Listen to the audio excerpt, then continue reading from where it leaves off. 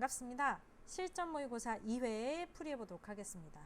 자, 이 2회도 이 30분 내에 20문항을 다 풀기가 좀 어려웠을 것 같아요. 그래서 한 문항 한 문항 선생님과 함께 짚어가면서 어떤 부분이 포인트였는지, 어떤 부분에서 내가 놓쳐서 좀 이 문항을 쉽게 빠르게 접근하지 못했는지를 알아보면 좋겠습니다. 그래서 처음부터 끝까지 다 들을 필요는 없지만 선생님이 인덱스 걸어 두었으니까 혹시 부족한 문항만 듣고 싶으면 찾아서 들어도 괜찮아요. 1번부터 풀어보도록 하겠습니다. 1번 생물의 특성이 예를 나타낸 것인데 물질 대사와 유전을 순서 없이 나타냈다라고 했습니다. 그래서 가는 어머니가 생명일 때 아들도 생명이니까 유전에 대한 현상이고, 나는 효모가 포도당을 분해해서 에너지를 얻는다 라고 했으니까 고분자를 저분자를 분해하는 이화작용이며 에너지를 방출하는 발열 반응이 되겠네요. 그래서 이화작용은 물질대사의 일종이잖아요. 그래서 물질대사가 되겠습니다. 그 다음 자극에 대한 반응으로 빛을 받으면 어두운 곳에 이동한다 라는 예가 나왔어요. 그래서 기억부터 가는 유전이다 맞고, 기억은 이화작용에 해당하죠. 디귿 식충식물인 파리지옥이 잎에 파리가 앉으면 잎이 접힌다. 잎에 파리가 앉았다. 이것이 자극이 되는 거고, 잎이 접힌다. 반응이 되는 것이죠. 그래서 자극에 대한 반응의 예가 되겠습니다. 그래서 정답은 5번이 되겠습니다. 자, 그 다음 이제 2번 보도록 할게요. 그린간은 사람의 세포호흡을 통해 포도당으로부터 최종 분해 산물과 에너지가 생성되는 과정을 나는 ADP와 ATP 사이의 전환에 나타낸 것이다. 기억과 니은은 O2와 CO2 중 하나이며 A와 B는 ADP와 ATP를 순서 없이 나타낸 것이다. 자, 2번은요 굉장히 전형적으로 자주 나오는 출제 유형이에요. 그래서 그림만 보고서도 바로바로 기억이랑 니은이 뭔지, A랑 B가 뭔지 알아맞힐 수 있어야 되는데요. 먼저 기억에서 포도당을 세포호흡에 이용할 때 산소가 소비되죠. 그리고 최종적으로 분해 산물에는 CO2와 H2O가 나온다. 그리고 무기인산이 하나 첨가되어져서 만들어지는 것이 바로 ATP가 되겠고, 어디에 첨가된 거예요? ADP, 인산 2개짜리에 인산 1개가 더 첨가돼서 3개짜리가 된 거죠. 자, 그러면 이 ADP로부터 ATP가 합성되는 과정은 언제 일어나는 것이냐? 바로 이 세포호흡에서 일어나죠. 미토콘드리아에서 세포호흡이 일어날 때 방출된 에너지 중에 일부가 이 ATP 합성에 쓰이잖아요. 그죠? 기억부터 호흡기를 통해 니은이 몸 밖으로 배출된다. CO2는 호흡기를 통해서 날숨을 통해 몸 밖으로 배출됩니다. 니은 미토콘드리아에서 과정 1이 일어난다 라고 했는데, 미토콘드리아에서 세포호흡이 일어나고 세포호흡 결과 방출된 에너지의 일부가 ATP 합성에 쓰임으로 맞는 선지죠. 디귿 가와 나에서 모두 효소가 이용된다. 자, 가와 나는 다 물질 대사예요. 뭔가 물질을 여기서는 가에서는 분해하는 이화작용이고, 나에서는 물질 합성하는 작용, 분해하는 작용이 다 일어나죠. 즉 물질 대사에서는 모두 효소가 이용되는 겁니다. 그래서 맞습니다. 그래서 기니디 다 맞아서 정답은 5번이 되겠습니다. 그 다음 3번. 자, 이제 기관계와 관련된 문제가 나왔는데요. 가와나는 소화계와 배설계를, 표는 영양소 기억과 니은이 세포호흡에 사용된 결과 생성되는 노폐물을 나타낸 것이다. A와 B는 감각 콩팥 중 하나고, 기억과 니은은 단백질과 지방을 순서 없이 나타냈다라고 했습니다. 그럼 일단 간은요, 간, 위, 소장, 대장 이런 게 보이니까 소화계고, A는 간이죠. B는 콩팥이고, 콩팥, 요도, 오중간, 방광 이런 것들이 포함되어 있는 것이 바로 배설계입니다. 그 다음 영양소 중에 암모니아까지 노폐물이 생성되는 것은 바로 단백질이죠. 단백질은 단촌 CHON이 있기 때문에 N 때문에 암모니아가 만들어진다. 그런데 지방 같은 경우에는 원소가 CHO이기 때문에 CO2랑 H2O만 만들어져요. 기억부터 B에서 이화작용이 일어난다 라고 했는데, 이 선지 별표를 칠게요. 선생님이 이와 유사한 선지를 많이 설명했었는데요. 어떤 기관에서 또는 어떤 기관계에서 물질 대사가 일어난다 또는 세포호흡이 일어난다 라고 설명한다면, 이런 기관과 또는 기관계 수준에서는 다 세포를 포함하고 있는 거잖아요. 그래서 세포 단위에서 이 세포호흡, 즉 물질 대사가 일어나기 때문에 이런 선지가 나오면 다 맞다라고 했습니다. 근데 또 바꿔서 이화작용이 일어난다라고 해도 맞아요. 왜? 세포흡이 이화작용의 대표적인 예잖아요. 그래서 이 콩팥에 포함되어 있는 세포 단위에서 세포흡이 일어나고, 즉 물질 대사가 일어나고, 세포흡은 이하작용이기 때문에 이하작용이 일어난다라는 선지까지도 맞는 겁니다. 그래서 이 선지가 좀 생소했던 친구들은 다시 한 번 더 물질 대사, 세포호흡과 연관해서 기억하면 좋겠어요. 그다음 니은, 기억은 지방이니까 틀렸고, A에서 간에서 암모니아가 요소로 전환되는 과정 일어나죠. 간에서 또 중요한 거, 글리코젠 합성과 분해가 일어난다. 인슐린과 글루카곤의 표적 기관이다. 이렇게 세트로 묶어서 간에서 일어나는 주요한 작용들을 다 기억해 주세요. 그래서 정답은 4번이 되겠습니다. 자, 그 다음 4번 문제, 흥분의 전도그래프 분석 문제가 나왔습니다. 자, 이 문제는 어떤 유형이냐? 일단 D1으로부터 D2부터 D5까지 거리 일단 나와 있죠.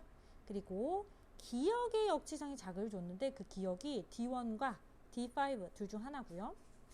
이 시간 자체를 세 가지로 알려줬습니다. 3, 4, 5ms.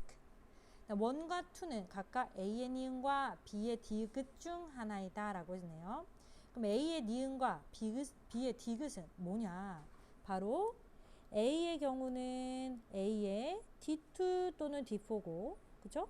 B의 경우는 A가 D2라면 D4 그리고 D2 이렇게 되는 거죠. 그죠? 각각 매칭을 하면 이럴 수 있다. 자, 그러면 자, 여기서 이제 포인트를 생각해 보자는 거죠.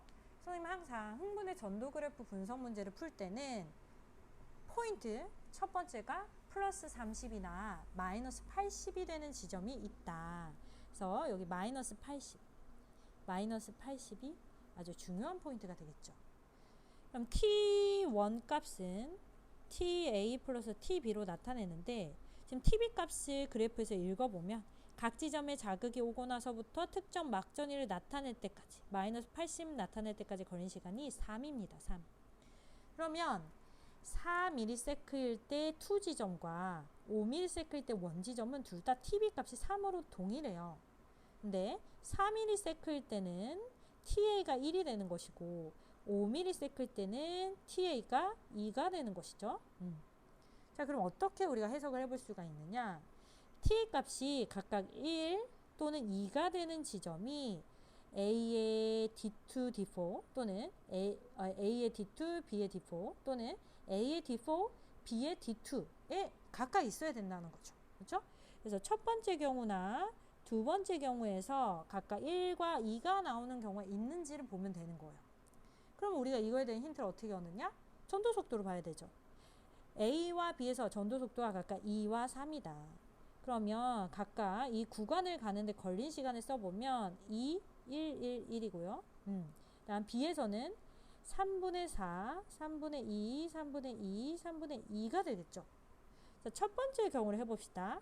A에 D2까지 가는데 그리고 B에 D4까지 가는데 걸린 시간이 각각 1과 2 둘 중 하나로 매칭이 될 수 있느냐? 언제? D1에 자극을 주거나 D5에 자극을 줬을 때. 먼저 D1에 자극을 줬다면 A에서는 이만큼이 걸리는 게 맞아요. 자, 그런데 B에서는요 1이 나와야 하는데 이 값이 3분의 8이 나옵니다. 따라서 D1에 자극을 줬을 때는 되지가 않고 D5에 자극을 줬다라고 하면 D2까지 가는데 걸린 시간이 일단 3이 나와버려요. 그쵸? 그래서 이것도 될 수가 없다. 따라서 첫 번째 경우는 아니다. 두 번째 경우가 맞는 경우가 되겠네요. 자, 그럼 두 번째 경우가 맞다. 빨간색으로 표시를 해볼게요. A의 D4 지점에 그리고 각각 B의 D2 지점에서 측정할 때 그때 T의 값이 1 또는 2가 나와야 된다. 그럼 D1과 D5 중에 어디에 자극을 줬을까라는 거죠. 그럼 D1을 자극을 줬을 때 A에서는 D4까지 가는데 걸린 시간이 무려 2, 1, 1 해서 4ms예요. 그래서 T의 값이 1 또는 2가 아니기 때문에 D1이 아니고 그럼 D5가 돼야겠네요. D5에 자극을 줬을 때 D4까지 가는데 걸린 T의 값이 1이 되는 거죠. 그래서 이 T의 값이 1이 되는 즉 4ms일 때 마이너스 80mV를 나타낼 때 이때가 바로 A의 D4 지점이고 자동으로 B에서 D2 지점에서 5ms일 때 마이너스 80을 나타낼 것이다. 그러면 D5에 자극을 주고 여기까지 가는데 걸린 시간 지금 2가 정확히 나오죠. 3분의 6은 2잖아요. 이제 2가 나왔고, 그러면 이제 이 지점에서 TB 값이 3이 되면서 마이너스 80이 되는 거죠. 네. 그래서 빈칸 이제 채워보도록 할 텐데 3ms일 때 A의 D4 지점에서 막전이는 어떻게 되느냐? 3ms라면 TA 값이 3인 거고요. 그리고 A의 D4까지 가는데 걸린 TA는 1이었죠. 그럼 TB 값은 2가 됩니다. 2일 때 읽어보면 플러스 30이네요. 그래서 A는 플러스 30이 돼야 된다. 그래서 기억부터 해결해보면 1은 B의 D2이다? 맞고요. A는 플러스 30 맞고요. B의 기억에, 즉 D5에 역지상의 작을 주고 경과된 시간 T1 값이 3일 때 B의 D3에서 탈분극이 일어나느냐? 그럼 B의 D3까지 가는데 걸린 시간을 일단 구해야 되죠? 가는데 걸린 시간이 3분의 4입니다. 3분의 4 이게 TA 값이고, 그럼 TB 값은 그러면 더해서 3분의 9가 돼야 되니까 그럼 3분의 5가 돼야겠네요. 그렇죠? 그러면 3분의 9가 되면 3ms가 되죠. 그럼 3분의 5일 때, 즉 2가 되기 직전이네요. 그럼 이때는 탈분극이 일어나고 있죠. 따라서 기니디가 다 맞아서 정답은 5번이 되겠습니다.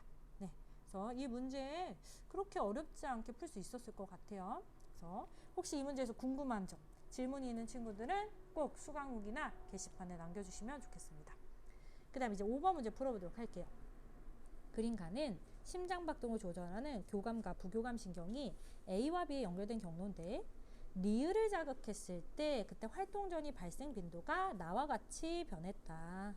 그리고 A와 B는 각각 하나의 신경절이 있다. 교감신경과 부교감신경은 각각 하나의 신경절이 있죠. 기니디리는 자율신경이 구성한 뉴런이며 A와 B는 척수와 연수를 순서 없이 나타내는 것이다. 사실요, 이 문제에서 이 조건은 없어도 풀 수 있어야 됩니다. 왜 그런지 이제 설명을 해볼게요. 자, 리을을 자극했대요. 리을을 자극했더니 자극 전보다 후에 심장박동에서의 막전이 변화가, 활동전이 발생 빈도 변화가 어떻게 됐냐면 자극 전에는 펄스가 2개 반이었어요. 근데 자극 후에는 하나, 둘, 셋, 4개가 됐어요. 즉 심장세포에서 활동전이 발생 빈도가 높아졌다라는 건 심장박동이 촉진됐다라는 거예요. 그러면 이 리을을 포함하고 있는 신경은 심장박동을 촉진하는 교감신경이 되겠습니다. 그래서 리을을 포함하고 있는 밑에 B에 연결된 신경이 교감이고 위에는 부교감이 되는 거죠. 교감의 경우는 앞이 짧고 뒤가 길고 부교감은 앞이 길고 뒤가 짧아요. 그 다음 선생님이 이 조건 없어도 된다고 했는데 왜 그러냐? 심장에 연결된 부교감 신경은 어디서부터 나온다? 중간내 연수 척수 중에 심장박동 조절과 관계 있는 연수로부터 나오고 교감신경은 어디든지 분포하는 곳에 상관없이 항상 척수로부터 나오죠. 그래서 이 조건 없어도 돼요. 기억부터 A는 척수이다 아니다 연수다. 리을의 말단에서 분비된 신경전달 물질 교감신경의 신경절 이후뉴런의 말단에서만 노르에피네프린이 나오고 나머지는 다 아세틸콜린이에요. 그래서 노르에피네프린이 나온다. 기억의 길이가 니은의 길이보다 길다. 맞죠? 그래서 D급만 맞아서 정답은 2번이 되겠습니다. 네. 6번 문제 볼게요. 골격근의 수축 과정과 관련된 문제. 네. 근데 이 문제는 다른 문제들보다는 조금 더 복잡해요. 계산이 좀 더 많죠. 그래서 꿀팁을 적용해서 문제를 풀긴 할 거지만 계산 과정이 다른 문제보다는 조금 더 많기 때문에 우리가 식을 좀 잘 세워야 됩니다. 선생님은 풀이에 있는 해설지에 있는 풀이와는 또 다른 방법으로 풀 거고요. 여러분도 혹시 선생님과 다른 방법으로 풀었는데 그 방법이 뭔가 식을 좀 더 빨리 세우고 문제를 빨리 풀 수 있는 방법이라면 굳이 선생님의 방법을 쓰지 않아도 괜찮습니다. 그래서 일단 선생님은 어떻게 풀었나, 사고의 이런 과정의 흐름은 어떠한가 이렇게 그냥 이해하시면 될 것 같아요. 그래서 먼저 내용부터 읽어보면 이 근육원소의 마디의 구조에서 지금 기역, 니은, 디귿 부위가 나와 있어요. 기역은 액틴 필라멘트만 있는 부분 중에 한 부분, 니은은 액틴과 마이오신 겹친 두 부분 중에 한 부분, 디귿은 마이오신 필라멘트만 있는 H대에 해당이 되겠습니다. 자, 그리고 이제 각각 시점 T1과 T2에서 X의 길이 2분의 1, 3분의 1 이렇게 나와 있고요. 여기서 이제 힌트를 좀 얻어야 되는데 마지막에 있죠. X의 길이가 T1일 때가 T2일 때보다 길다.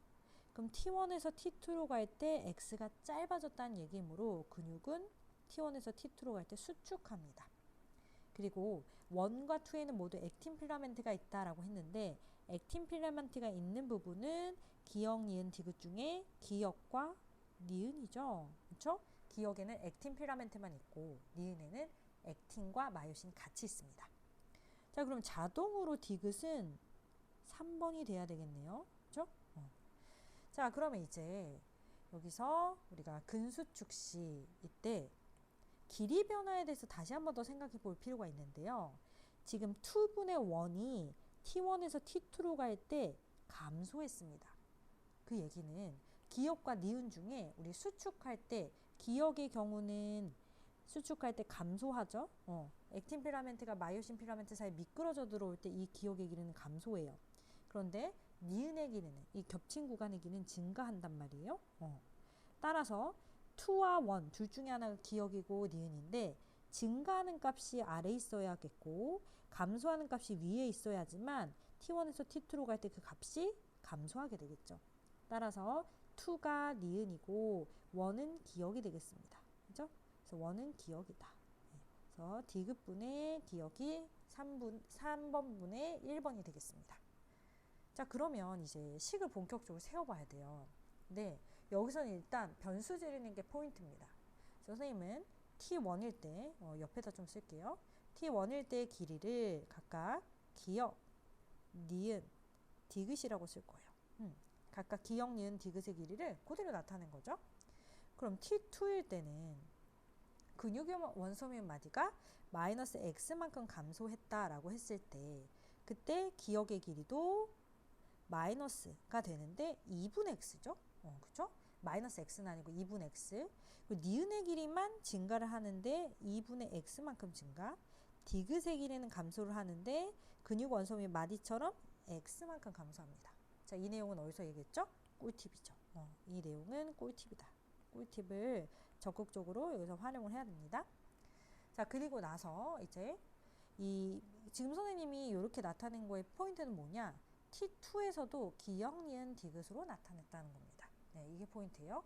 이제 변수를 줄여서 수학적으로 좀 계산을 해보도록 할 텐데 일단 T1일 때 지금 2분의 1이 이게 니은분의 기역이다 라는 거 알죠? 니은분의 기역이고 이 값이 1이다 라고 했습니다. 1이다. 그러면 어떤 식이 나오냐면 기역은 그냥 니은인 거예요. 이런 식이 나오죠? 그 다음 T2일 때 2번분의 1번이 이번엔 니은 플러스 2분의 x분의 기역 마이너스 2분의 x가 되죠. 그렇죠? 변수를 통일하기 위해서 여기서 기역을 그대로 쓰고 니은을 그대로 썼을 때 마이너스 2분의 x랑 플러스 2분의 x를 각각 위아래에 이제 써줘야 됩니다. 자, 그 값이 3분의 1이에요. 그럼 이걸 좀 정리해 보면 어떤 식이 나오냐면 니은은 2분의 3 기역 마이너스 2분의 x 마이너스 2분의 x 이런 값이 나오게 됩니다. 네. 자, 그리고 여기서 우리가 변수를 좀 하나로 줄여야 된다 그랬죠? 기역과 x만 남긴다라고 하면 니은이 똑같아지는 거니까 이 값이 똑같아져야 되죠? 두 개의 연립방정식 풀어보면 그러면 우리가 기역과 x만 남게 되는데 그래서 식을 정리했을 때 기역은 2분의 5x가 됩니다. 네, 첫 번째 식이에요. 그 다음 이번엔 T1일 때 근육원소면마디 x의 길이가 2.6이래요. 여기 그림에다 표시를 보면 전체 길이가 2.6이에요. 근데 우리 T1일 때 이미 기역과 니은이 같다는 걸 알아냈기 때문에 이만큼이 기역일 때 니은 부분도 기역만큼 여기도 기역 이쪽도 기역입니다. 그럼 디귿을 우리가 나타내고 싶을 때 전체 2.6에서 4개의 기역 부분을 빼버리면 가운데 디귿 부분이 나와요. 그렇죠? 4개의 기역을 빼면 디귿이 나온다. 이런 식을 써볼 수 있겠고 그 다음 이번엔 T2일 때 또 값이 제시된 게 이거예요. T2일 때 디귿 마이너스 x분의 그리고 기역 부분이니까 기역 마이너스 2분의 x 이 값이 1이 된다라고 했습니다. 그럼 이것도 식을 정리해서 디귿은 하고 써주면 디귿은 기역 플러스 2분의 x가 됩니다. 선생님 왜 여기서 니은은 그리고 디귿은 이렇게 쓰나요? 이유는 우리 이 첫 번째 조건과 두 번째 조건에서 공통적인 게 기역과 기역 그리고 x라는 값이죠. 그럼 기역과 x만 남겨주기 위해서 나머지 항은 소거를 시켜야 돼요. 그래서 디귿은 또는 니은은 이런 식으로 항을 정리한 거죠. 그렇죠? 이건 수학적인 어떻게 보면 센스죠, 센스. 자, 그러면 디귿이 똑같아져야 되니까 이 왼쪽 값과 오른쪽 값이 똑같아지게 정리를 해주면 어떤 식이 나오냐? 기역은 5분의 2.6 마이너스 2분의 x다. 이런 식이 두 번째로 나옵니다. 자, 그럼 1번식과 2번식을 연립방정식으로 풀면 기역값이 소거되면서 x값이 나오겠죠? 그 x값을 구해보면, 정리를 해보면 x는 0.2가 나오게 되겠습니다. 자, 이 문제 다시 한번 선생님 포인트는 뭐였냐? T1일 때 기역, 니은, 디귿을 두고 T2일 때도 기역, 니은, 디귿인데 거기다가 이제 변하는 값들을 이렇게 x로 만들어준 거죠. 그리고 제시된 값들로 하여금 우리가 변수들을 좀 소거해서 정리를 해야 된다. 그래서 하나의 변수를 남겼다. 그게 바로 x인 거죠. x는 0.2다. 자, 그러면 이제 지금 구한 내용을 바탕으로 해서 기역, 니은, 디귿의 값을 T1일 때, T2일 때 한번 구해볼게요. 어렵지 않아요. 왜?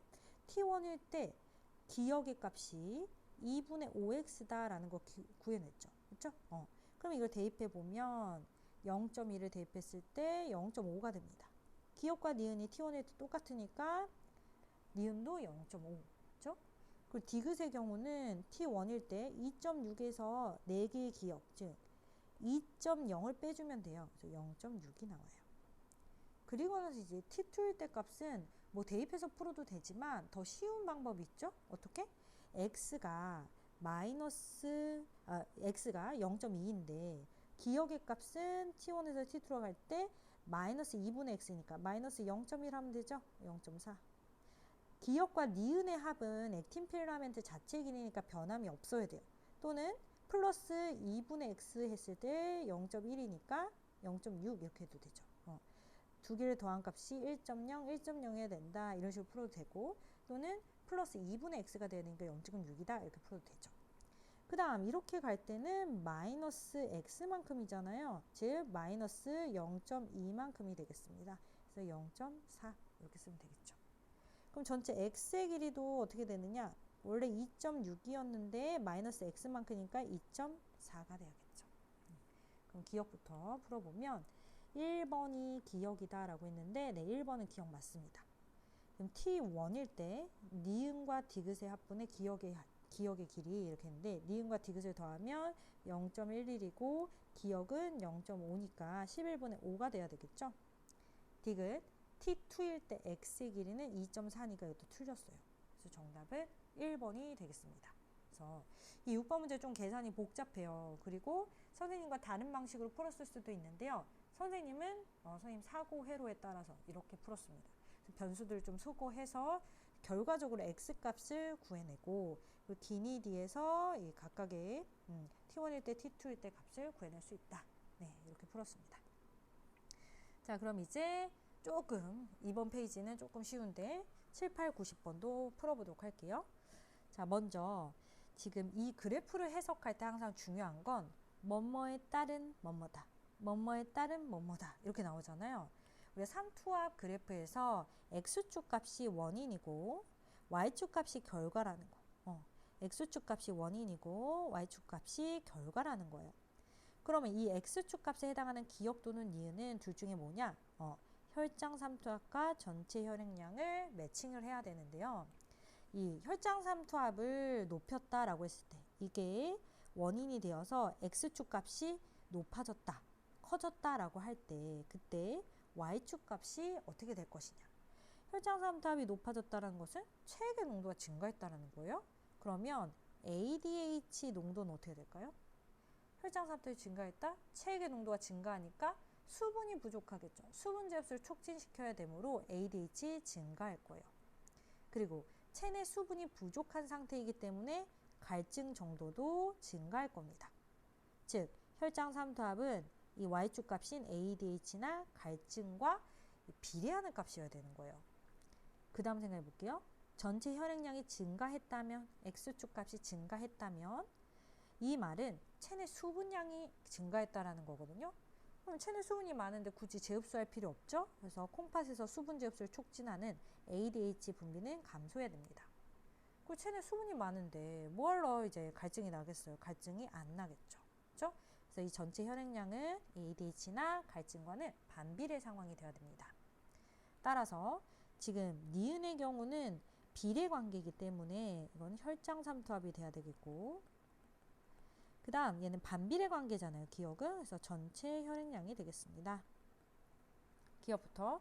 기억은 혈장 삼투압이 아니라 전체 혈액량이고, 단위 시간당 오줌 생성량을 물어봤어요. 자, 이렇게 그래프에 제시된 값이 아닌 또 다른 값을 물어볼 때는 일단 그래프에 있는 값부터 읽어보자.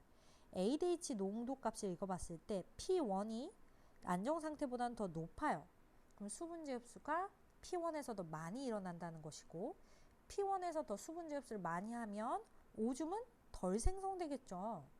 수분을 내 몸으로 많이 돌려보내고 오줌의 양은 적어지는 거예요. 따라서 오줌 생성량은 P1일 때가 안정 상태보다 더 적다. 맞습니다. 그다음 갈증을 느끼는 정도, 갈증 정도 그냥 그래프에서 그대로 읽으면 되죠. 안정 상태와 P2일 때에 비교해보면 P2에서 더 큰 거죠. P2에서 더 크다라고 해야 되니까 틀렸습니다. 그래서 7번의 정답은 1번이 되겠습니다. 그래서 이 7번에서 계속 이제 비슷한 삼투압 이제 그래프를 분석하는 연습을 하면서 우리가 교훈을 얻어야 되는 건 뭐뭐에 따른 뭐뭐다, 뭐뭐에 따른 뭐뭐다 할 때 X축 값이 원인이 되고 Y축 값이 결과가 된다는 거예요. 그래서 원인 결과로 생각하면 논리적으로 헷갈리지 않을 수 있어요. 네. 자, 그 다음에 이제 8번 체온 조절과 관련된 문제입니다. 그래서 체온 조절 중추에 자극 기억과 니은을 주었을 때 시간에 따른 체온을, 나는 정상인에게 기억과 니은을 주었을 때 A의 변환인데요. 이 기억과 니은이 고온 또는 저온 자극이고, A는 근육에서의 열 발생량, 즉 열 생산량과 피부 근처 혈관을 흐르는 단위 시간당 혈액량, 즉 열 발산량 둘 중 하나다라는 거죠. 열 생산량이냐 열 발산량이냐 그걸 알아맞추면 됩니다. 자, 그럼 먼저 체온 조절 중추는 어디냐? 어디예요? 간내 시상하부죠. 이 간내 시상하부에 저온 자극을 주었을 때 또는 고온 자극을 주었을 때 체온 변화가 어떻게 되느냐? 자, 간내 시상하부에 저온 자극을 줬다고 하면 춥다라고 느끼기 때문에 체온을 높이기 위한 과정이 일어날 거예요. 즉 체온이 증가하고 있는 이 부분은 저온 자극을 준 부분이다. 반대로 고온 자극을 주게 되면 체온을 낮춰야 되는 거죠. 그래서 체온이 낮아지는 증상이 나타날 것이므로 고온 자극을 줬을 때가 니은입니다. 자, 그럼 A는 뭐냐? 기억에서 저온 자극을 주고 니은에서 고온 자극을 줬는데 저온 자극을 줬을 때는 감소해요. 저온 자극을 줬을 때 뭘 감소시켜야 될까? 열 생산량 같은 경우는 증가시켜야 되고, 열 발산량, 바깥으로 빠져나간 열 발산량 감소시켜야 되죠. 따라서 열 발산량이 되겠고, 즉 피부 근처 혈관을 흐르는 단위 시간당 혈액량, 이것이 바로 A가 되겠습니다. 다음 고온일 때는, 고온 자극이 주어졌을 때는 열 발산량을 늘려야 되죠. 그래서 그 값이 증가한 거예요. 기억, 니은은 저온 자극이 아니라 고온 자극이고요. A는 근육에서의 열 발생량이 아니라 피부 근처 혈관을 흐르는 단위 시간당 혈액량.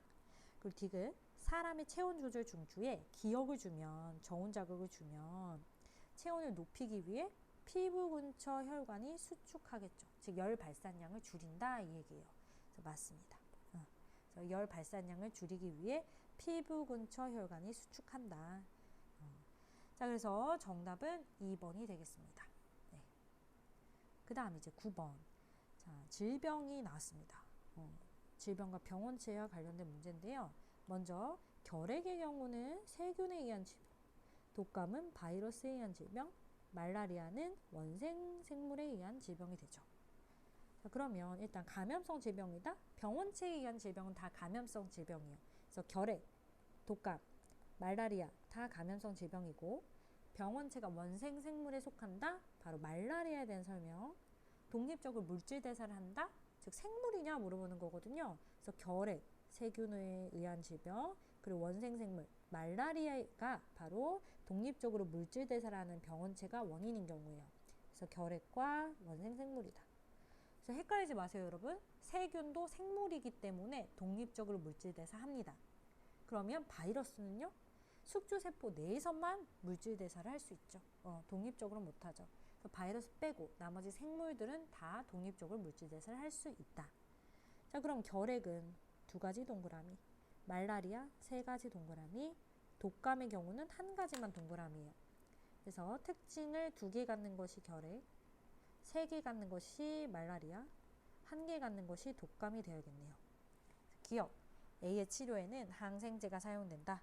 결핵의 치료에는 항생제가 사용됩니다. 세균에 의한 질병은 항생제로 치료하고, 그리고 바이러스에 의한 질병은 항바이러스제로 치료하고, 그리고 진균에 의한 질병, 즉 곰팡이에 의한 질병은 항진균제로 치료하죠. 그렇죠? 치료제도 다 알고 있어야 돼요. 그리고 니은, B는 특징 기억을 갖는다? 독감이거든요. 독감은 이 특징은 갖지 않았죠. 말라리아만 갖는 특징이에요. C는 모기를 매개로 전염된다. 그리고 말라리아는 말라리아 모기를 통해서 전염이 되죠. 그래서 정답은 4번이 되겠습니다. 그 다음 10번. 그린 가는 어떤 사람이 세균 X에 감염된 후 나타나는 특이적 방어작용 일부를 나는 이 사람에서 X의 1차와 2차 침입에 의해 생성되는 X에 대한 혈중 항체의 농도 변화를 나타낸 것인데 기니디가 기억세포, 형질세포, 보조 T림프구를 순서 없이 나타냈다. 그림만 보고서도 바로 알 수 있어야 됩니다. 이 B림프구의 분할을 촉진하는 것은 보조 T림프구고요. 그리고 항체를 생산하는 것이 형질세포, 그리고 B림프구가 또 다른 걸로 분화됐을 때 이 니은은 기억세포인 거죠. 그렇죠? 1차 침입 시에는 1차 면역 반응, 2차 침입 시에는 기억세포에 의한 2차 면역 반응이 일어난다. 기억은 보조 T림프구 맞고요. 구간1에서 항원항체 반응이 일어나느냐? 구간1에서 항원이 침입하고 난 다음에 항체가 만들어졌죠. 그래서 이 항체가 항원과 결합하는 항원항체 반응이 일어납니다. 즉 체액성 면역이 일어나게 됩니다. 그다음 D은 구간2에서 X에 대한 항체는 니은에서 분비되었느냐? 자칫 잘못하다가 헷갈릴 수 있는데 기억세포가 또다시 이 X가 침입했을 때 형질세포와 기억세포로 빠르게 분할을 하게 되고 이 형질세포에서 항체를 생산한 것이죠. 기억세포에서 항체가 분비되었다 그러면 틀린 거예요. 그래서 정답은 3번이 되겠습니다. 10번은 자주 나왔던 유형이라서 그렇게 어렵지 않았을 것 같아요. 그 다음 이제 11번 핵형 분석과 관련된 문제예요. 그래서 지금 사람의 유전형질 A는 라지 T와 스몰 T에서 결정되며 B에서 A에 대한 유전장이 라지 T, 스몰 T다 라고 했습니다. 그러면 기억에 라지 T가 있는 경우에 이 상동인 염색체의 같은 위치에 대림 유전자인 스몰 T가 있어야겠죠. 그래서 니은에 스몰 T가 있어요. 그래서 가는 사람 A고 나는 사람 B였는데 가의 경우는 성염색체가 1개뿐입니다. 근데 X 1개뿐이니까 터너 증후군. B의 경우는 나머지 상염색체 22쌍 있고 성염색체 XY니까 정상 남자가 되겠습니다. 그래서 기억부터 보면 니은에는 스몰 T 있죠. 가는 터너 증후이다. 맞고 나에서 X염색체의 염색분체 수 X염색체 몇 가닥으로 되어 있어요? 2가닥으로 되어 있죠. 그렇죠? 2가닥이고 상염색체의 염색체 수 총 22쌍이니까 44개인 겁니다. 22개라고 쓰면 안 되죠. 염색체 번호당 2개씩 있는 거잖아요. 2개씩. 그래서 22가 되어야 됩니다. 그래서 정답은 3번이 되겠죠. 자, 그 다음에 이제 12번 문제 보도록 하겠습니다. 같은 종인 동물 2에는요, 수컷 1과 암컷 2의 세포, 가나다에 각각에 들어있는 모든 염색체를 나타냈대요. 그리고 라지 스몰 A, 라지 B 스몰 B의 대림 유전자에 갖고 있는지 유무가 나와 있거든요. 그럼 이런 문제에서 일단 핵형 분석의 팁은 뭐였느냐? 핵상이 EN인지 N인지부터 써보자. 그래서 가를 봤더니 2개씩 쌍으로 존재하죠. 핵상은 EN이고 성염색체까지도 쌍으로 존재하므로 XX 구성을 가지며 나머지 4개는 상염색체입니다. 자, 그러면 암컷의 세포니까 1의 세포가 아니라 2의 세포네요. 그럼 나에서는 지금 핵상은 n이고요. 두 개의 상염색체 그리고 성염색체로 구성이 될 텐데 즉 검정색끼리 비교해 봤을 때 모양과 크기 똑같고 흰색끼리 비교해 봤을 때 모양과 크기 똑같은데 회색을 비교해 봤을 때 모양과 크기가 가와 나에서 다릅니다. 그럼 가에서 큰 이것은 x고 나에서 작은 얘는 y가 돼야겠죠. 왜냐? 나머지 상염색체는 이 암컷이든 수컷이든 똑같아야 되거든요. 그래서 차이가 나타나는 것은 성염색체다. 그다음 다는 얘도 핵상의 n이죠. 하나씩 외롭게 존재하는데 나와의 차이점은 두 가닥씩 있다는 거예요. 즉 아직 감수 2분열이 완료되지 않은 중기 2 세포가 이런 식으로 나타날 겁니다. 그다음 n의 경우는 이 n에서 두 개가 또 상염색체며 성염색체가 지금 큰 게 있기 때문에 x를 갖게 돼요. 그러면 나의 경우는 Y염색체를 가졌으니까 수컷 원의 세포고 다의 경우는 X를 갖고 있지만 이 X가 수컷에서 온 건지 암컷에서 온 건지 몰라요. 그쵸? 수컷도 N은 2 플러스 X 또는 2 플러스 Y 두 가지가 있고 이제 암컷의 경우는 2 플러스 X 한 가지만 있잖아요. 그래서 이게 원의 세포인지 투의 세포인지 알 수가 없습니다. 그럼 이걸 어떻게 파악해야 되냐? 바로 오른쪽에 있는 표를 가지고 파악해야 된다는 거죠. 그래서 오른쪽 표를 봤는데 니은의 경우는 라지비 스몰비가 모두 다 있어요. 이런 경우가 핵상을 파악하는 아주 좋은 정보다. 라지비 스몰비가 모두 있다. 핵상이 2n이다.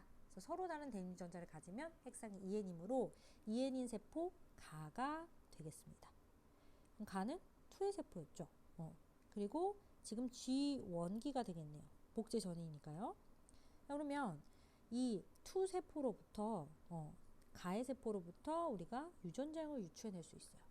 일단 라지 B, 스몰 b 한 개씩 있을 거고 그리고 스몰 a가 없으니까 라지 a만 존재하겠죠. 자 그리고 이제 기억으로 가봤더니 라지 b나 스몰 b가 존재하는 염색체가 아예 없습니다. 그 얘기는 얘가 만약에 상염색체에 존재했다면 꼭 한 개씩은 핵상의 n인 세포에 있어야 되는데 상염색체에 존재하는 게 아니고 성염색체에 존재한다는 거고요. 2의 세포에 있었죠. 암컷의 세포에 이 유전자가 존재했으므로 X염색체에 존재하는 유전자가 돼야 됩니다. 그렇죠? 암컷에서도 나타나는 염색체에 존재해야 된다. 자 그런데 세포 기억에 라지 A는 존재합니다. 이게 만약에 X염색체에 있었다면 이 라지 A가 존재하면 안 되죠. 그렇죠? X염색체가 이 기억세포에는 없어야 되기 때문에. 그런데 지금 있다라는 것은 그리고 또 가에서도 나타난다는 것은 이건 상염색체에 존재하는 유전자가 되는 거예요. 자 그러면 이 기억은 X염색체는 없고 대신 Y염색체를 갖고 있는 세포 나가 되는 거죠. 원의 세포이다. 그럼 하나 남은 이제 디귿이 다의 세포가 돼야 되고 다에서 지금 X를 갖고 있으니까 그 X에 라지 B가 존재하는 거예요. 근데 또 다른 X는 없잖아요. 그래서 스몰 b는 없어야 되겠고요. 그 다음에 이제 원의 세포인지 투의 세포인지 알 수 있는 방법이 바로 라지 A가 없다라는 겁니다. 만약에 투의 세포라면 이 상염색체가 이 핵상이 n인 것에는 꼭 하나는 있어야 되잖아요. 꼭 한 개가 존재해야 되므로 라지 A를 반드시 하나 가져야 되는데 하나가 아니라 이제 여기 복제되어 있기 때문에 두 가닥이겠죠. 두 개. 그런데 존재하지 않는다라는 것은 투의 세포가 아니라는 거예요. 라지 A를 갖고 있지 않으므로 투의 세포가 아니라 원의 세포가 돼야 되고 원의 세포에도 이 상염색체는 꼭 핵상이 n일 때 존재해야 되므로 라지 A가 없다면 뭐가 있겠어요? 스몰 a가 있어야 됩니다. 자 그러면 우리가 이 원에서의 유전자형도 유추해 볼 수 있는데 라지 A랑 스몰 a가 모두 다 있다. 그리고 X염색체에 라지 B가 있고 그리고 Y염색체가 있다. 이렇게 원과 투의 유전자형도 알아냈습니다. 기억부터 다는 원의 세포이다. 맞고 세포 한 개당 라지 B의 DNA 상대량은 니은의 경우는 니은은 가세포잖아요. G1기이기 때문에 라지 B가 있어도 한 개밖에 없어요. 근데 디귿의 경우는 중기 2기 때문에 라지 B가 두 가닥이 이렇게 존재하기 때문에 두 개가 있어요. 그렇죠? 그래서 우리가 선생님이 그 G1기 때 이영접합일 경우에 DNA 상대는 1이다. 강조했었고 또 중기 2의 경우는 있으면 2, 없으면 0이다. 이것도 강조했었죠. 0 또는 2이다. 감수분열 꿀팁에서 얘기했었습니다. 그래서 서로 다릅니다. 원과 투 사이에서 자손이 태어날 때 A의 유전장이 원과 같을 확률. 자, 라지랑 라지 스몰 A 사이에서 라지 스몰 A가 나올 확률 2분의 1이죠. 그리고 얘랑 얘 사이에서 라지 B Y가 나올 확률은 둘 중에 얘를 받고 둘 중에 얘를 받는 확률. 2분의 1 곱하기 2분의 1 해도 되고 전체 4개 중에 한 가지다 해서 4분의 1 해도 되고요. 그 확률은 8분의 1이 돼야 됩니다. 그래서 정답은 1번이 되겠네요. 그 다음 13번. 그래서 기니디가 G1, M, S기 셋 중에 하나다 라고 했는데 순서대로 화살표로 따라가 보면 G1, S, M기가 되겠죠. 그래서 A, B, C를 기니디와 매칭을 해야 되는데 셋 중에 방추사가 존재하는 세포가 있다? 방추사는 M기 때, 분열기 M기의 전기 때 나타납니다. 따라서 M기 때 설명이 되겠고 즉 기억에 대한 설명이에요. DNA가 복제되는 건 S기 때의 설명이죠. 그래서 디귿이 되겠고 하나 남은 니은 G1기가 B가 되겠습니다. A는 니은이다? 틀렸고 A는 지금 기억이죠. 그다음 B에는 핵망을 가는 세포가 있다. B에는 즉 G1기는 간기기에 속하기 때문에 간기에 있는 세포들은 다 핵막이 있어요. 핵이라는 구조가 있죠. 그래서 핵망을 가는 세포 있다. 히스톤 단백질을 가진 세포가 있다는 세 가지 공통점에 해당된다. 자, 히스톤 단백질 플러스 DNA 이것이 바로 뉴클레오솜이죠. 그렇죠? 뉴클레오솜에 이 히스톤 단백질이 포함이 되고요. 그리고 이 뉴클레오솜은 염색사 또는 염색체의 기본 단위가 됩니다. 즉 ABC는요. 간기라면 이 염색사 상태로 존재하고 또는 분열기라면 염색체 상태로 존재하는데 이때 이 염색사나 염색체는 다 뉴클레오솜을 포함하는 것이고 이 뉴클레오솜 안에 히스톤 단백질도 포함되잖아요. 따라서 히스톤 단백질은 이 ABC에 다 존재하는 거예요. 그래서 맞는 설명이에요. 그래서 이런 설명도 자주 나오는 선지이기 때문에 꼭 표시를 해두고 다시 한 번 더 보면 좋겠습니다. 그래서 정답은 니은 디귿 맞아서 5번이 되겠습니다. 13번까지 풀었고요. 자, 이제 이번 페이지가 아마 제일 어려웠을 거예요. 14, 15, 16, 20 몰려 있는데 다 이제 만만치 않은 문제죠. 그래서 14번부터 먼저 풀어보도록 하겠습니다. 그래서 정보를 적어보면 간을 라지 스몰 a에서 나는 라지 b 스몰 b에 의해서 다는 라지 d 스몰 d에서 결정된다. 각각 대문자가 완전 운성이다 라고 했고요. 나다는 같은 염색체에 연관돼 있다 라고 했습니다. 그래서 발현 여부를 써보면 나, 가, 가나, 나 이렇게 쓸 수 있고요. 감사하게도 부모 모두 가인데 가가 아닌 경우, 즉 이 경우가 보이죠? 2번, 3번, 5번을 통해서 가는 우성 형질이다. 갑자기 나타난 정상이 열성이다. 그럼 만약에 이 가가 우성 X염색체 유전이라면 남자가 유전병일 때 반드시 딸도 유전병이 돼야 되죠. 아빠가 유전병일 때 딸도 유전병이 되는데 3번, 6번을 봤더니 아빠가 가인데 딸은 정상입니다. 따라서 우성 X는 모순이 발생해 버리므로 이것은 그냥 상염색체에 존재하는 형질이 되겠습니다. 자, 그리고 이제 밑으로 내려가서 이 2번과 3번을 라지 B랑 스몰 b 중 한 종류만 가지고 있다. 자, 이거는 선생님이 가계도 꿀팁 5번에서 설명했던 내용입니다. 라지 B 또는 스몰 b 부모가 둘 중 한 종류만 가지고 있는데 자녀에서 표현형이 서로 다르게 나타나죠. 나가 있고 나가 없고 이럴 때 이 형질은 어디에 존재한다? X염색체에 존재한다. 그런데 나가 X에 존재하면 다도 X에 존재하겠죠. X 연관이 되겠습니다. 됐죠? 자, 그리고 선생님이 여기서 또 강조했던 점이 뭐였냐면 이 가계도 꿀팁 5번에서 부모 중 한 사람이 라지 B고 스몰 b 둘 중 한 종류만 갖고 있을 때 자녀에서 딸에게서 나타나는 형질이 우성이다 라고 했습니다. 기억이 나나요? 이형접합인 개체의 표현형이 우성이다. 자, 2번과 3번이 둘 중에 누가 라지 B만 갖고 스몰 b만 갖는지 몰라도 6번은 한 사람한테서 라지 B를 받고 또 한 사람한테서 스몰 b를 받아서 무조건 이형접합이 되죠. 이형접합인 사람의 표현형이 우성이 돼야 되므로 나가 정상에 대해서 우성인 겁니다. 그쵸? 그래서 가계도 꿀팁 5번을 다시 한 번 더 보시면 좋겠습니다. 자, 그리고 나서 이제 다에 대한 정보도 얻어보고 싶은데 밑에 있어요. 3번에선 다가 발현되었고 나머지 1, 2, 4, 5, 6에선 다가 발현되지 않았다. 3번은 아버지예요. 아버지에서 다가 발현되었는데 나머지 구성원들은 1, 2, 4, 5, 6은 다가 없대요. 그럼 무슨 얘기냐? 남자가 만약에 다일 때 여자가 반드시 다인 X염색체 우성 유전이 아니란 뜻이죠. 남자가 유전병일 때 여자가 유전병인 것이 모순이 발생해요. 즉 우성 X염색체 유전이 아니라 얘는 열성 X염색체 유전인 거예요. 그래서 다는 열성이 돼야 됩니다. 됐나요? 자, 그러면 우열 파악도 끝났고 성상 파악도 끝났으니까 이제 유전자형을 쓰면서 파악을 해보면 되겠는데요. 자, 이제 여기서 이제 조금 까다로웠던 점은 A, B, C, D에서 각각의 DNA 상대량을 보면서 X, Y, Z 값도 뭔지도 파악을 해봐야 된다는 겁니다. 그죠? 그래서 일단 A에 대해서 먼저 써볼게요. 스몰 a의 경우는 얘는 라지가 없어요. 그럼 스몰 a만 갖는다는 얘기죠. 스몰 a만 갖는다. 그러면 1번과 2번은 각각 스몰 a를 하나씩 갖고 있을 거고요. 가가 있는 2번은 라지가 있어야겠죠. 그리고 정상인 사람 1번 말고 뭐 5번 그리고 6번 그리고 4번 같은 경우는 스몰 a 스몰 a 이렇게 있어야 됩니다. 자, 그러면 4번의 경우는 C, D로부터 스몰 a를 하나씩 이렇게 받겠죠.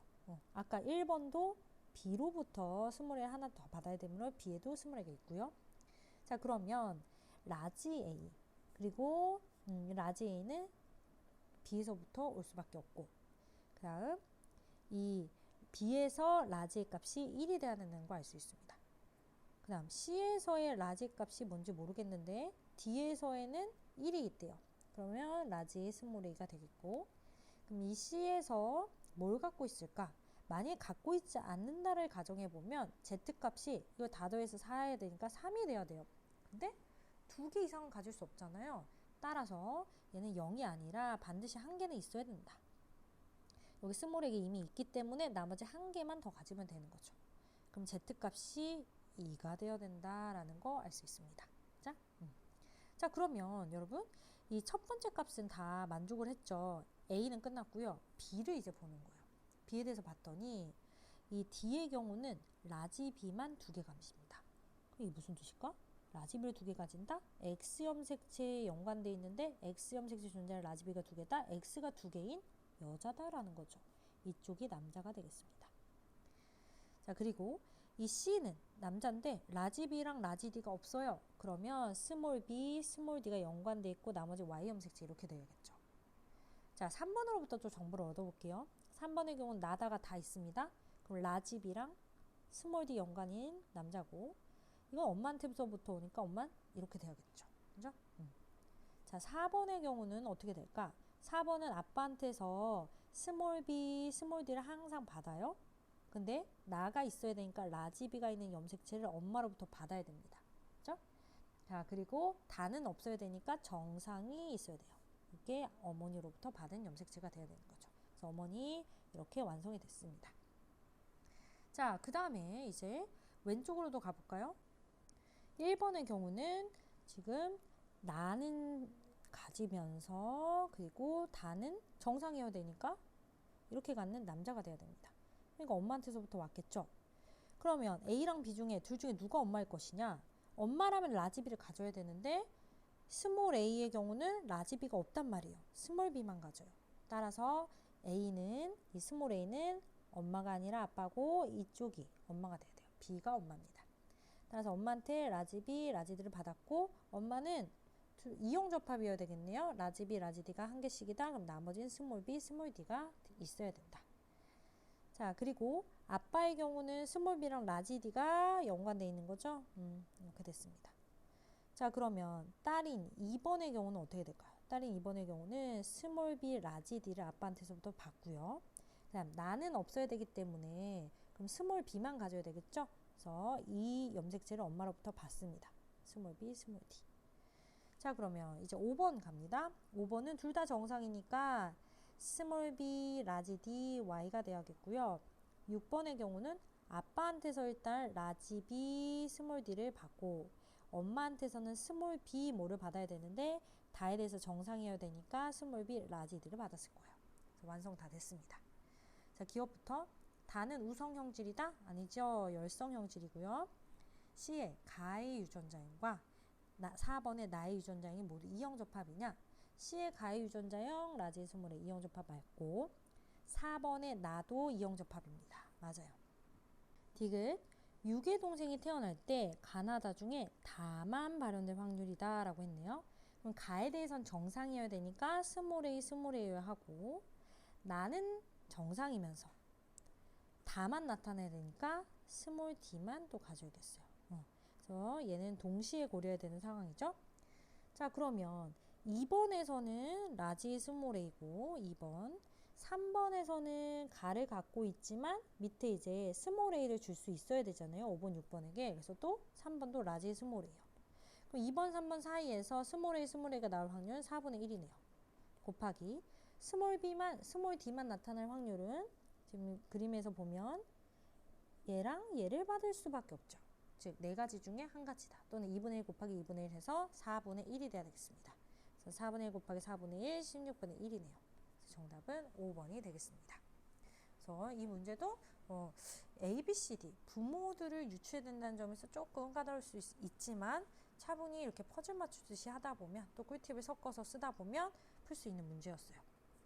자, 그 다음에 이제 15번 문제 보도록 하겠습니다. 15번 문제는 조금 우리가 좀 생각을 해봐야 되는 문제인데요.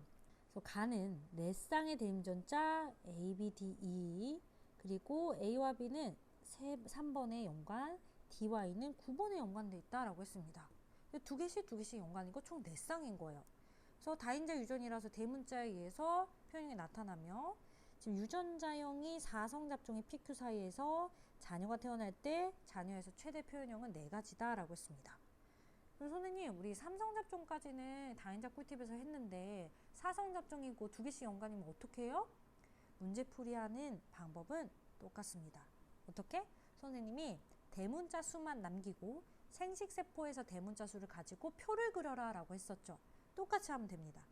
그런데 지금 P와 Q가 어떤 유전자형을 가질지를 지금 어떤 연관관계를 갖고 있을지 모르겠거든요. 근데 셋 중 하나라는 건 알 수 있어요. 먼저 첫 번째, 둘 다 상인 연관인 경우. 즉 A와 B도 상인 연관이고 D와 E도 상인 연관인 경우에는 대문자끼리 소문자끼리니까 한쪽엔 대문자만 2개, 한쪽엔 소문자만 2개 있을 거예요. 그래서 대문자 수만 써보면 2, 0이 되는 거고 또 상인 연관이니까 또 2, 0 이렇게 되는 거죠. 또는 위에는 상인 연관인데 밑에는 상반 연관.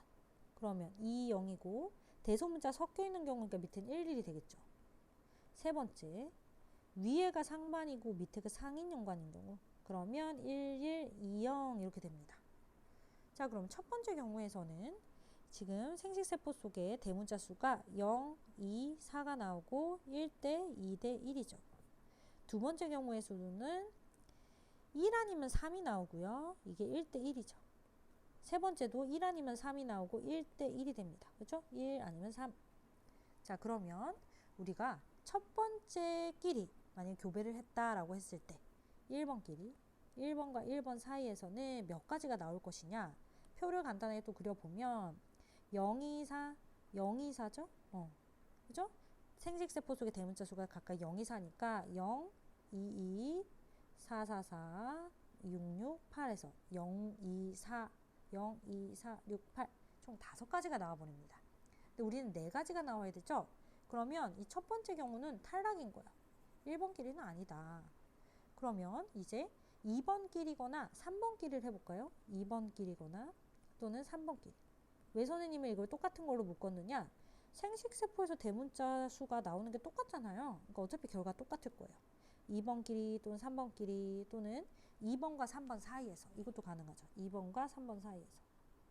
이랬을 때 대문자는 2, 4, 6 3가지밖에 안 나옵니다. 자, 그러면 이번 경우도 탈락이죠. 그러면 하나 남은 가정은 뭐가 있을 수 있느냐? 바로 상인인 거랑 1번, 2번과 또는 1번, 3번인 경우. 이 경우도 생각해 볼 수 있겠죠. 1번, 2번 또는 1번, 3번을 생각해 보자. 즉 1번에서는 이 생식세포 속의 대문자가 0, 2, 4 세 가지고 2번 또는 3번에서는 1, 3 두 가지죠. 이 경우를 생각해 보는 겁니다. 그랬을 때 1, 3, 5, 3, 5, 7 총 1, 3, 5, 7 몇 가지가 나와요? 네 가지가 나오죠. 그리고 이때 확률도 생각해 볼까요? 확률 0, 2, 4가 1대 2대 1, 2란 말이죠. 1대 2대 1. 그러면 1, 3은 1대 1이니까 여기서 곱해주면 1대 2대 1, 1대 2대 1. 총 8개 분의 여기서 이론 사람과 동일할 표현형이라고 했으니까 대문자 3개일 확률이네요. 대문자 3개는 2 플러스 1에서 3입니다. 8분의 3이 이렇게 나오는 거죠. 네. 그래서 이렇게 좀 변형됐더라도 어차피 방법은 똑같으니까 겁먹을 필요가 없다는 거예요. 그렇죠? 그래서 표로 나타내는 방법 계속 연습했으면 좋겠습니다. 자, 그 다음에 이제 16번 보도록 할게요. 지금 세 쌍의 대림전자 A, B, D에서 유전자 가가 결정되는데 다 독립이다. 너무 다행이죠. 다 독립이고 감수 1분열에서 그리고 감수 2분열에서 염색체 비브리가 각각 1회씩 일어났다. 2는 중기의 세포이다 라고 했네요. 자, 그러면 일단 우리는 지원기 세포부터 찾아보는 게 첫 번째입니다. 이 지원기 세포 1의 경우는 나머지 세포들 2, 3, 4가 갖는 유전자의 종류를 다 갖고 있어야 돼요. 왜? 모세포니까. 그래서 여기 DNA 상대량을 쭉 보면 라지 A도 있어야 되겠고 라지 B도 있어야 되고 스몰 B도 있어야 되고 스몰 D도 있어야 됩니다. 그죠? 자, 그러면 이 원은 이 4가지 유전자를 다 가져야 되는 세포예요. 근데 기억이나 또는 니은이나 리을은 뭔가 하나씩 없거나 2개가 없거나 이러잖아요. 2개씩 없네요. 그럼 다 가지고 있는 게 바로 누구다? 디귿이 될 수밖에 없다. 그래서 디귿이 1이 되겠고요. 라지 A 하나, 그리고 라지 B 하나, 스몰 B 하나, 스몰 D 하나 이렇게 갖고 있어요. 그럼 나머지 빈칸은 자동 완성이죠. 상염색체이기 때문에 스몰 A 그리고 라지 D로 채워지는 겁니다. 자, 그럼 2배씩 복제를 한 중기 1 때는 이렇게 되겠죠? 이렇게 될 거고 그 다음 이제 감수 1분열에서 비분리가 1에 일어났다라고 했는데요. 만약에 이 2가 n 플러스 1이라고 한다면 2개가 한꺼번에 다 들어가는 거예요. 예를 들어서 뭐 라지, 스몰 A가 한꺼번에 들어갔다고 하면 라지랑 스몰 A의 DNA 상대량이 2가 되어야 되겠고요. 만약 n-1이라고 한다면 그냥 0, 0이 돼야 됩니다. 그렇죠? 이 내용에 대해서 선생님이 어디서 정리했을까요? 비브리 꿀팁, DNA 상대량을 이용한 비브리 시기 파악하는 꿀팁에서 선생님이 이미 정리했던 내용입니다. 그죠? 그래서 n 플러스 1이라면 2가 나타나고 n-1이라면 0, 0이 나타나야 된다. 자, 그리고 나서 봤더니 지금 라지 B, 스몰 b가 서로 다른 대립 유전자인데 얘가 2 이렇게 동시에 들어간 게 보이죠? 그렇죠? 따라서 이 동시에 들어간 것이 바로 뭐다? 비분리된 상동염색체 위에 존재하는 유전자가 되겠습니다. 또는 여러분 이런 방법도 있어요. 일단 이 2번과 3번, 4번을 가려내는 이제 좋은 방법이 원래 2번은요 0 또는 2 또는 4가 있어야 됩니다. 4라는 것은 동형접합이 비분리됐을 때, 그렇죠? 그리고 3번과 4번은 원래는 0 또는 1인데 비분리가 일어났다면 2까지도 있을 거예요. 그렇죠? 자, 근데 나머지 기역과 그리고 니은에는 1이라는 숫자들이 보입니다. 그러면 2번 세포는 절대 아니라는 거죠. 3번 또는 4번이라는 거고요. 그리고 이미 4번에서 니은에서 2라는 숫자가 보이니까 이건 비분리 결과 만들어졌다는 것도 알 수도 있어요. 자, 어찌됐든 리을은 2번 세포가 되는 거예요. 자, 그러면 이 세포의 구성을 보니 라지 A는 없습니다. 그럼 스몰 A가 들어있겠고 라지 B, 스몰 B가 다 들어갔죠? 그리고 스몰 D가 없으니까 라지 D가 들어갔을 거예요. 그럼 옆에 있는 세포에 뭐가 들어가요? 나머지 라지 A랑 그리고 스몰 D가 이렇게 들어가는 거죠.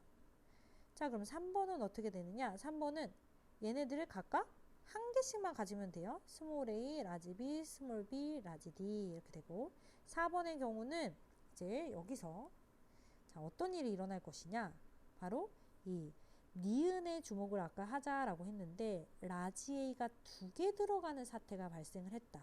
라지 a가 이쪽에 있었죠. 오른쪽에 있었는데 이분열 비분리에 의해서 4번에 라지 a가 2개가 들어가 버릴 거예요.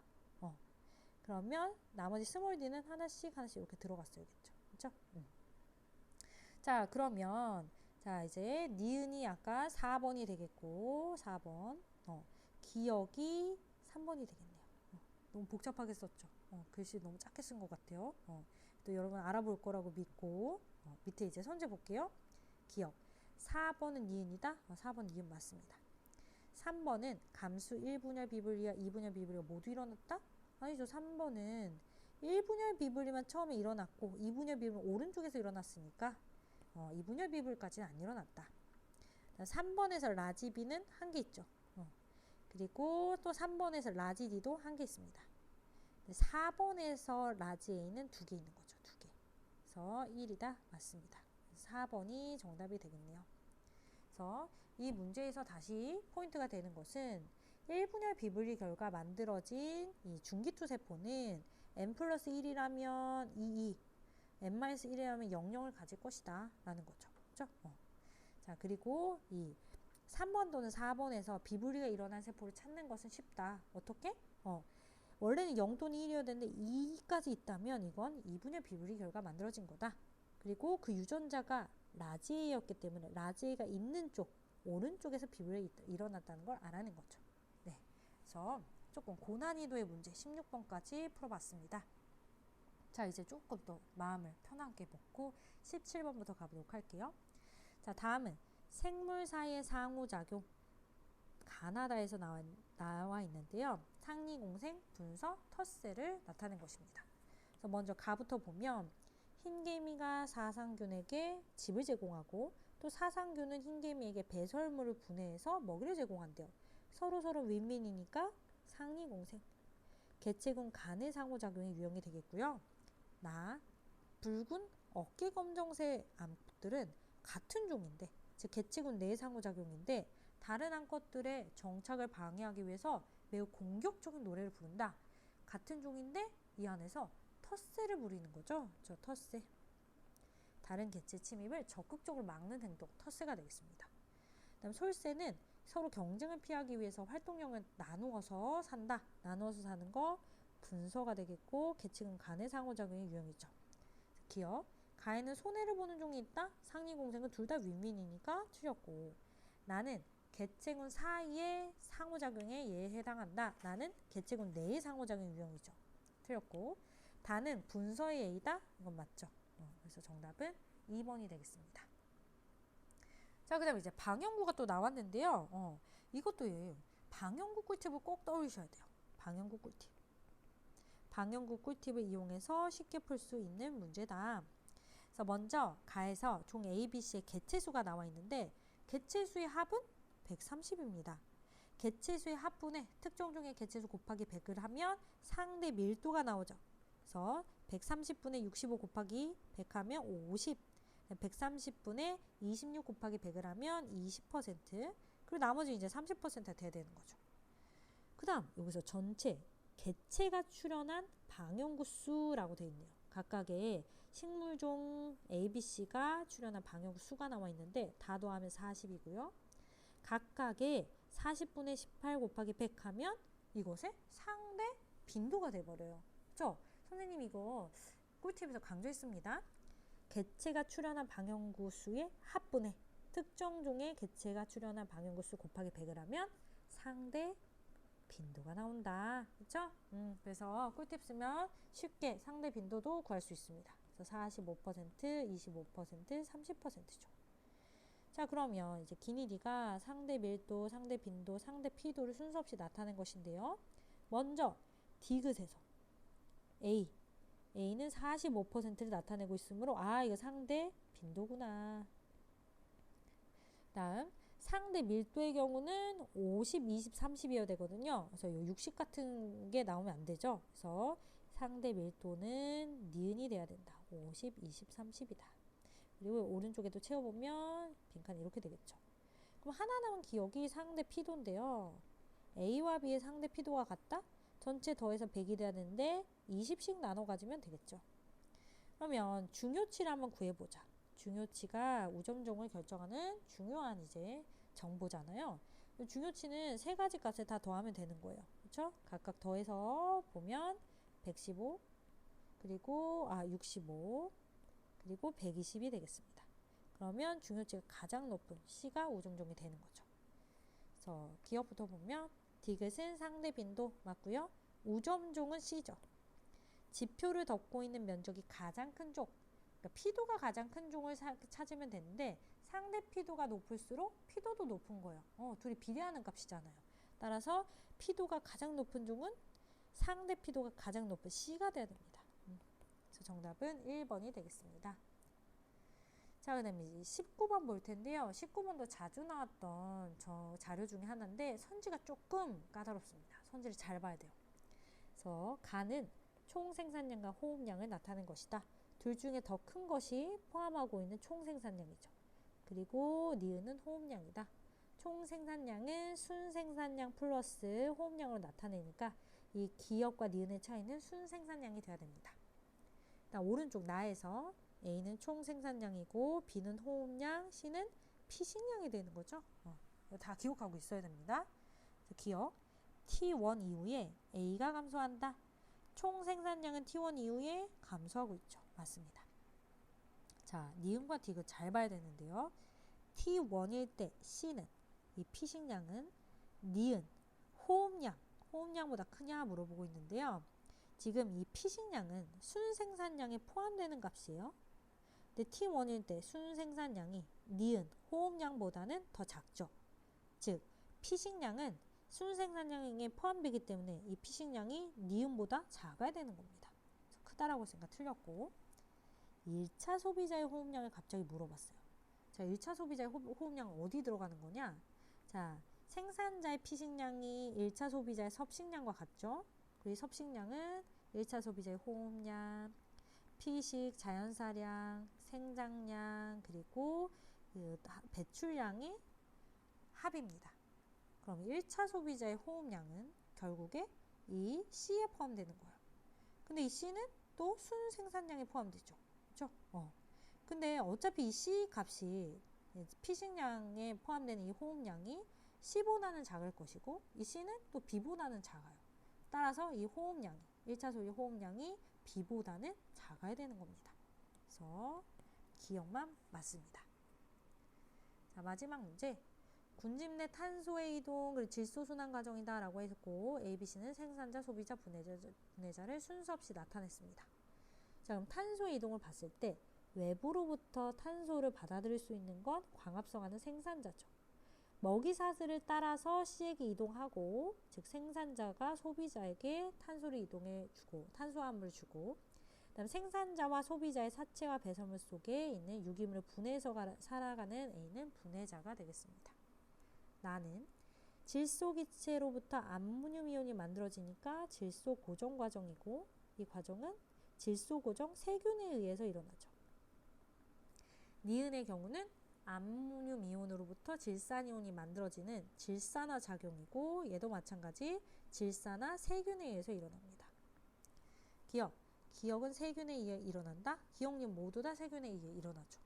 니은은 질산화 작용이다. 맞고, B에서 즉 생산자에서 암모늄 이온이 이제 흡수돼서 단백질과 핵산을 합성하는 과정이 일어나는데 그게 질소 고정이라고 하느냐? 자, 이건 질소 동화 작용에 대한 설명이죠. 그래서 기억과 니은만 맞아서 정답은 3번이 되겠습니다. 자, 이렇게 해서 우리 2회 실전 모의고사 풀어봤는데 좀 다시 눈여겨볼 문항들 얘기를 해보자면, 자, 여기 이 페이지에 있던 14번, 15번, 16번, 특히 15번 문항 선생님은 연습하기 위해서 꼭 봤으면 좋겠어요. 이런 표현형을 가질 확률을 나타낼 때는 옆에 이렇게 숫자를 적어서 곱해주면 된다.